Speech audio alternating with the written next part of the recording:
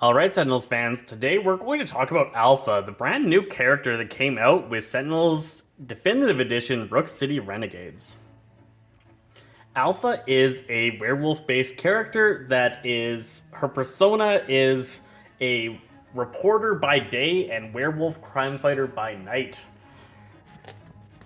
Her name is Tabitha Taft. As her secret identity, she is just your average everyday reporter. She is a close ally of Darkwatch and uses her reporter form to shuffle stories away from the identities of the Darkwatch to keep them safe so that they can do their crime fighting needs while taking down evil corporations and the like in Rook City. So you can play her as the reporter form, you can play her as the regular werewolf, and then there is the Alpha 2000 if you want to be a mecha werewolf, or there is her first appearance. This is the first time the Alpha character appeared in the comics. I think supposedly in the comics she was the reporter for a while and then ended up coming out as the werewolf character. So that is the Wolf Woman Returns. So they must have seen it before, but this is really a drill into her actually being that creature. So powers-wise, let's look at it start to back. The first one is Alpha's base form, the hero werewolf. Either discover an aspect. Discover is reveal from the top of the deck until one shows up. Put that one into play, and then shuffle your deck. Or she deals one target 2 damage. So aspects are a very powerful part of her deck, and we're going to see that when we look through it. Getting multiple of them out can be really good, but aspects also have a tendency to turn on your allies once fights start to get a little bit shaky. And so unless you can control the health of the enemies quite well, you might end up taking out your own allies with this character. As the reporter, draw 2 cards. You may bury one aspect card from play or your hand. If you do, reveal the top 2 cards of one deck and replace them in any order. So you can get rid of your aspects that are in play so that she never wolfs out on her own team and only gets the benefit side. And then you can do some deck control with this, which makes sense. She's the reporter sorting out crime. Alpha 2000, Wolf Tech Barrage.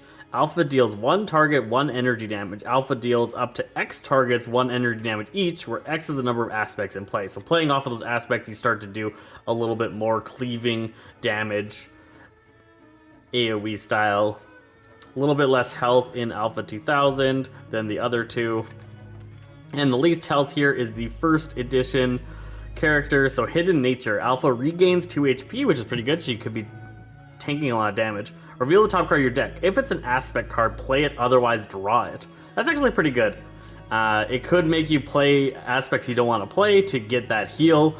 So a little bit of a rotational, take the risk to get the heal to get too many aspects out maybe throughout the game. Or it can get you set up early on if you want your aspects, because you do want some of them. Alright, so with Alpha, you might not want her knocked out because she is a very tanky and able to hold her own in a fight, and if she's getting knocked out, things are probably not looking good for you.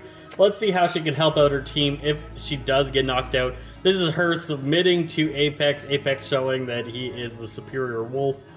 One hero takes their power phase, one hero collects 1 ongoing card, or select 1 hero until your start phase, plus 1 damage dealt by that target. Really good one. Pretty helpful. Next one is her going full werewolf form when she didn't want to, still in her reporter clothes. Breaking news, people found out that she's a werewolf.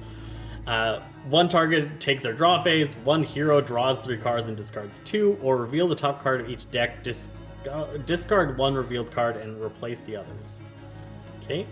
This is Ambuscade, or like a robo version of Ambuscade, because I don't remember him having a robo arm, so this is like fake Ambuscade. Canceling the Werewolf 2000. 1 hero takes their power phase, 1 hero salvages 1 ongoing card, or destroy up to 3 targets with 1 HP. And then finally, the Wolf Woman turned back to a person. Wolf Woman Killer? 1 hero takes their play phase, bury 1 non-environment target card, 1 target deals itself 2 psychic damage. This is her being blamed for the murder of others. Do I take a life? Did I take a life? She's so worried that she murdered someone. All right, gotcha. Makes sense. Pretty cool. So again, you're probably not going to flip her unless things are going really bad, but if she does get flipped, she has some powerful abilities to be able to help out her allies. So that is what the actual hero cards look like. Now, getting into the actual deck.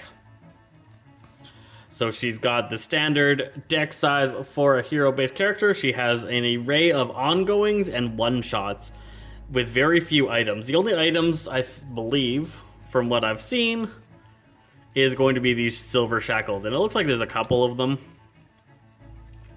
So the silver shackles, -2 damage dealt by alpha to the target with the lowest HP. So you can use that to negate the negative effect of her having multiple aspects out. Power, summon an aspect, and destroy this card. So if you want to get a little bit stronger, you can.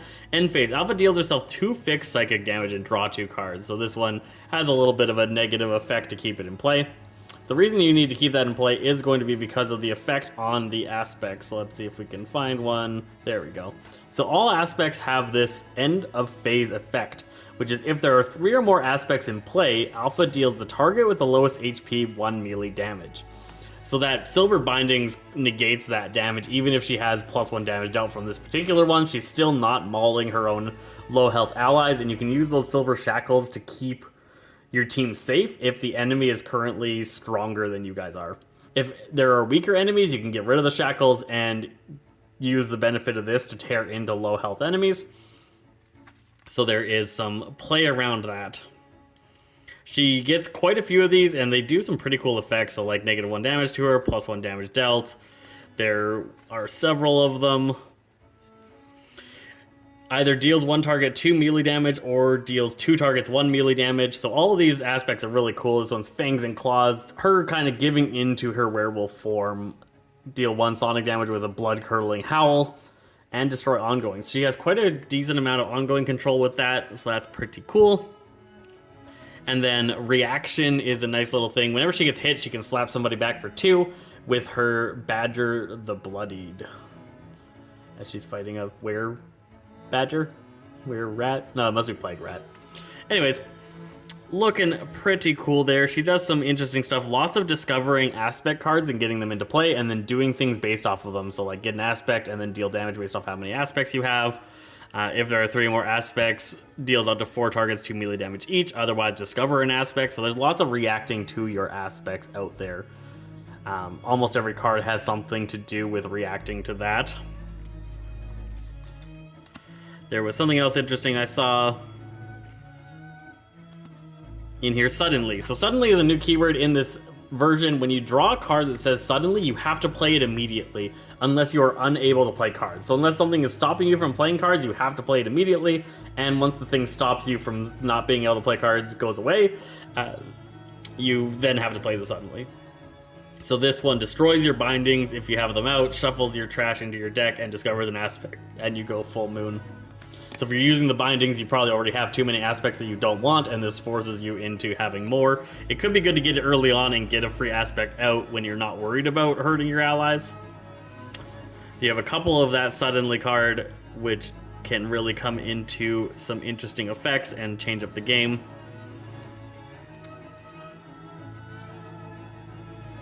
That's a really decent hamstring. She can stop a target from dealing damage, so that's a really strong effect there. And then at the start of the phase, you destroy the card, and you don't get its benefit anymore. Really great stuff. Good character. I like her a lot. She plays quite well into doing things and getting those aspects out, but you really need cards like this one. If you don't find this card, she ends up being a little bit weak. This deal 1 target 2 damage just wasn't that strong of a power, and when I played her, I didn't really have good powers. So if I had gotten this one, deal 1 target 2 melee damage, deal 1 target 2 damage. So 2 different, or 1 target 2, then 1 target 2. It could be the same target.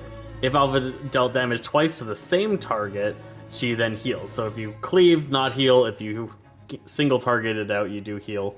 So that's a cool power to get and makes her a little bit more sustainable. I never got it when I did my first playthrough with her, so did not get any of that. You do get a little bit of ones like this, Quell the Beast, and there's another one. You can return your aspects and then put your silver bindings into play. That can make sure that if you're about to hurt your team, you undo that. But if there are still 3 more aspect cards in play, draw 2 cards and regain HP. Otherwise, 2 allies draw 2 cards each. Really cool stuff. So playing around those aspects is a cool character. She can do a lot of damage. If you have a lot of those aspects out and you're fighting one of those bosses that has a lot of low HP targets, like something like Omnitron maybe, you are just tearing into those low health targets and stopping them from being a nuisance while your team can focus on the big boss, and your main damage effects also go towards the main boss. Really plays well, really cool character, a nice addition to the story, and it's one of the things that was kind of missing if you were like, what kind of character do you want to play? And somebody was like, I want to play a werewolf.